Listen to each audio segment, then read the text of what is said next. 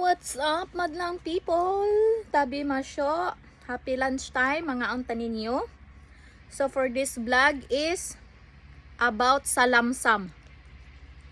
Kasi may nagtanong sa akin na siya lang daw yung nag-process sa lamsam niya. Ibig sabihin, hindi siya naghanap ng makatulong para mag-process sa lamsam niya. Bali, siya mismo ang nag-process sa kanyang lamsam. Ganon. Kasi ako, nagpa-process kasi ako ng lamsam ko, kaya walang hassle. Ngayon, siya lang mismo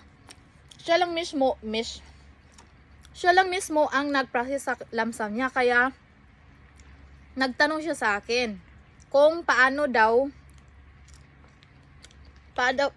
malalaman na dumating na yung lamsam niya, kasi bumalik siya dito sa Japan. Nandito siya ulit sa Japan. Parang umuwi lang din siya sa Pinas para ma-process niya yung lamsam niya. So ngayon,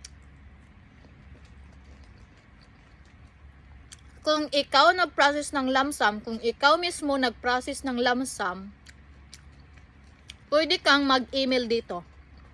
Yan. I-email mo yung tax refund yahoo@gmail.com. Yan,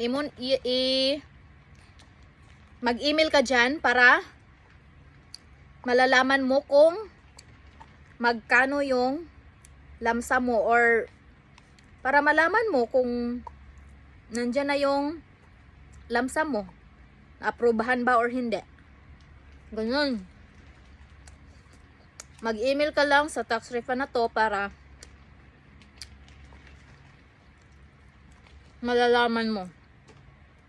So ayan, ito nasa gilid ko. Mag-email ka lang dyan. At ito yung ini-email ko sa kanya. Kasi umuwi ako sa Pinas para ma-process lang yung lamsam, tapos pagbalik ko dito syempre di ko malalaman yung kung magkano yung lamsam ko, kaya nag-email ako dito at mabilis silang mag-reply. So, pag hinihintay nyo, mag-email na kayo dito kung nag-process kayo ng lamsam. Okay? So, yun lang. Para sa mga kabayan natin dito sa Japan.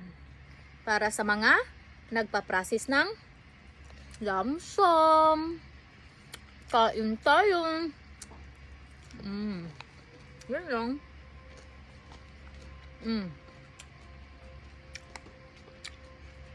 Saka 12 pa lang. Kasi nag-ring yung bill sa Japan.